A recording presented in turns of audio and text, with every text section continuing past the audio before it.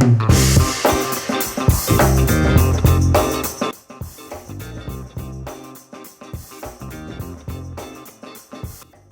to Season 6 of Business Mentorship, Keeping It Real.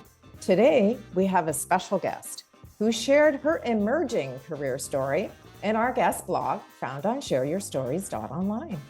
Our guest joins us from Sydney, Australia. Gabriella Dias is an international award-winning child author, storyteller, and creative force behind the magical 9-book series, Light of Luna. She wrote her first book at 8 years old, and by 10, completed all 9 of her fantasy novels. This year, at 12, Gabriella was named Girl of the Year, winning the Global 2025 Women Changing the World Awards, presented by the Duchess of York, Sarah Ferguson. Let's find out what inspired Gaby to write her book series. It's my pleasure to introduce and welcome Gaby. Hi, thank you for having me. So thrilled to have you with us, and thank you so much for joining us so early in the morning because we have the time change thing here with me being in Toronto. Yeah, I know, but it's okay, don't worry. So tell me a little bit about, I know you wrote in your story that it was your second year teacher who gave you an assignment to write a story, a long story. And that turned into a whole book series. So tell us, what was the inspiration behind your series? Well, I think I'd always loved writing my whole life. And when I started writing my first story, I don't think I realized exactly what I was doing. I was kind of just having fun. And then when it finished, I didn't even think I just made the next one and the next one and the next one. Isn't that pretty cool? Yeah. Now, who helped you with the wonderful covers for all of your books? My graphic designer, she helped us design the covers, and my illustrator Ian made all the characters, and my editor Gareth Brooks helped me go over them and make them the best they can be. Well, you know what? You've done an absolutely awesome job. And I've actually gotten a question from one of the folks who shared your story, who said, what was it like getting an award from the Duchess of York? It was surreal. It didn't feel like I was actually there. It felt like I was watching it from outer space. It was amazing. The Duchess was so kind and friendly and bubbly, and I didn't expect it at all. It was amazing. Well, it was certainly, I mean, I had the pleasure of being in the room with you because that's where we met, right? We met in London. And I have to say, it was really a wonderful experience to see someone who obviously does a lot of philanthropic work to recognize the work that you've done. And I mean, seriously, at 12, that's pretty amazing, don't you think? Thank you. Yeah.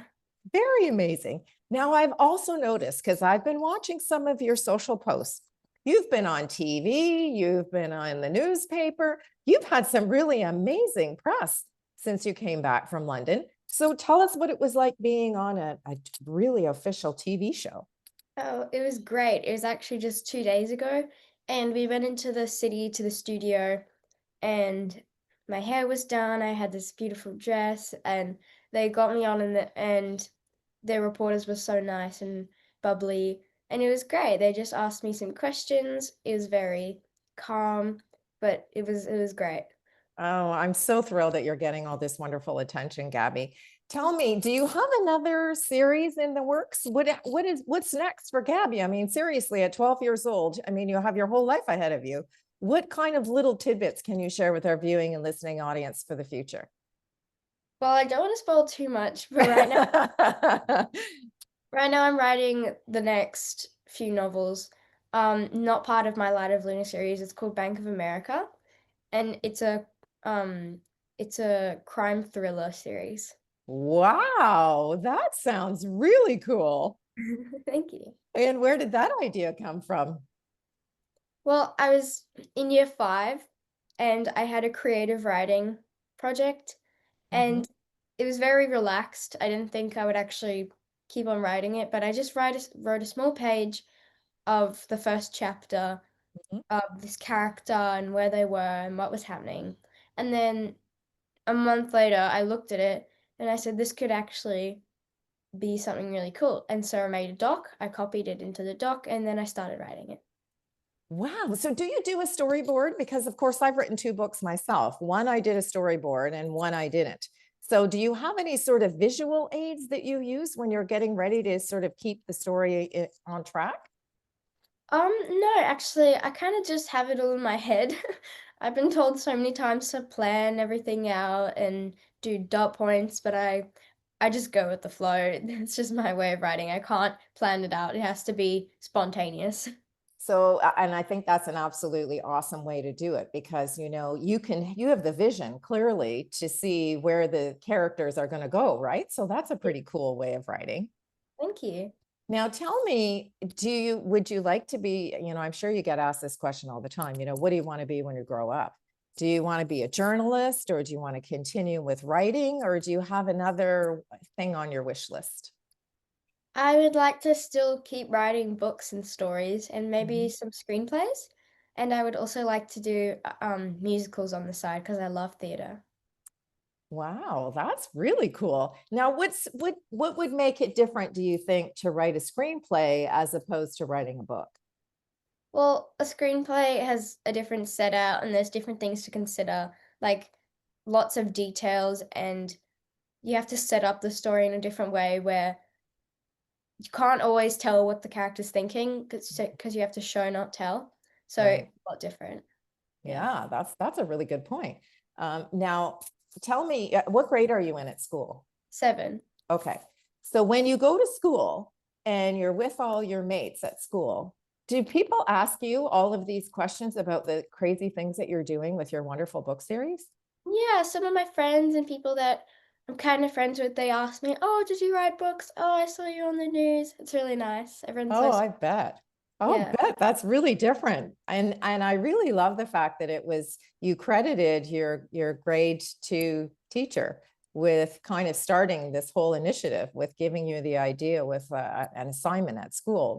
That was Yeah. really very nice of you to mention that, it sort of started because someone asked you to do something that you had to do as a project.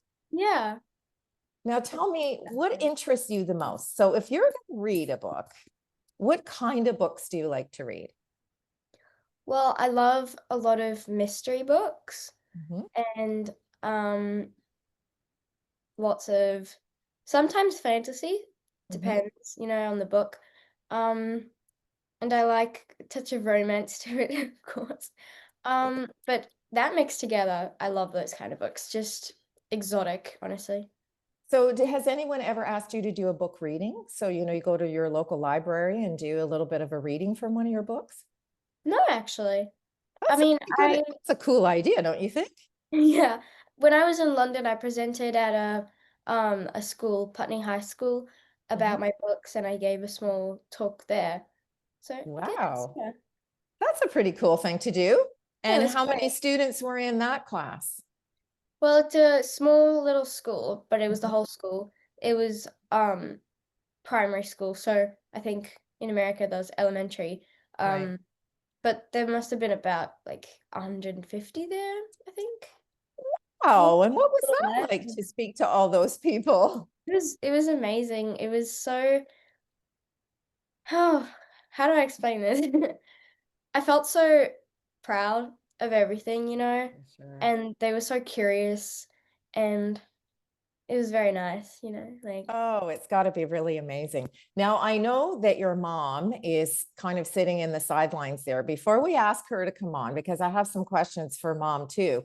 One of the things that we do in the guest blog is we talk about 3 words of advice. So I thought perhaps we could sort of wrap up our conversation talking about what your 3 words are and why they're important to you. And they are up, idea, and you. okay. So tell us a little bit, why is up an idea important? Okay, to start with up, it's always Mhm. been my favorite word because it seems so optimistic for me. Mhm. Mhm. Like if someone ever asked me for advice, it's just keep your head up, keep going up, never look down, keep going. Don't don't try to undermine yourself or pull yourself back down when you know that you're following your passion or doing what's right. And for idea, I think every idea is the greatest one you've ever had until the next one comes along. Mm. Like in story writing, especially, you can have a really great idea and then that forms into a really, really great idea. And that keeps on going until you have something that you want to start your story with or you want to add to your story. And it's also just for real life as well. In like different jobs, ideas are really helpful, right? Yeah. For sure. And for you, I think when it comes to writing, you should write for like what makes you happy. Don't be writing a genre that you don't like. Don't be writing about this maybe opinion that you don't like. Write what you think you should write. Write for you. Yeah, right from your heart, right? Yeah. Because that's clearly where all your wonderful stories came from. Thank you. Shall we invite Mom to come in? Hello. Hello. I have a Hi. question for you because our reading audience reached out to me and said, what could it possibly be like as the mother of this child prodigy when she came to you with this first story? Trish, it's been I always say it's such a privilege to have the front row seat with this whole experience. So when she did first come to me and say, she came home from school the one day so excited about this story. And the energy never dipped, to be honest. It just kept going. And it was like, just watching the journey and the story build at the same Right, time. right. And then it just gained more and more momentum. And then she's creating different worlds. And then she's telling me about more characters, and the characters are getting deeper and more descriptive. And then come the magical powers that are kicking in, and then evil versus good. And yeah, so it just was this process that gained momentum. And she just, I have a memory of her typing with, one finger each. Like that's how she started. And then the next thing, these little fingers are flying across the keyboard. And she would almost get into the zone. You could actually Mm-hmm. see just the creative flow coming through. And and then we'd go on with daily life. And then she'd say to me, Mom, I need to write. I need to write. I've got an idea. I need to write. And it'd be like, okay, go write. And then it would be, and you could see it happening. Wow. It's been incredible. I bet it's been Well, incredible. there you I go. mean, well, we Now, certainly think that Gabby's awesome. I mean, Thank clearly you. the Thank imagine, did she have a wild imagination when she was younger? Oh, oh yeah, oh yeah. And before she could write, she was drawing stories. So we actually have a picture book. She had a rabbit, and so a story emerged with the rabbits. I still got that, and just imaginative play, a lot of that as well. So very always creative. So Yeah. tell us a little bit now, about the business side of Gabby's stories. We've self-published her first four, Mhm. and working on the next five. But I mean, that's the dream. The dream is to find a publisher who's going to take this story and run with it. It's quite an intricate story. It's very involved, and yeah, there's so much that can be done with it. So Yeah, much. for sure. Oh, for sure. Now, Mm. Gabby, your mother's mentioned that you really liked to draw. So were you active working with a graphic designer in sharing the ideas that you had for how your characters would come to life? yeah, Illustrator was amazing when it came to bringing my characters to life because I would give them a small description and some details about what they look like. And about like a week later, he would come back with an amazing drawing and they So you looked, almost love them right off the bat. yeah. Sometimes she would say, "Nope, he hasn't got this right. Nope." The thing with Gabriella is she's very sure of what her characters look like and how they are described.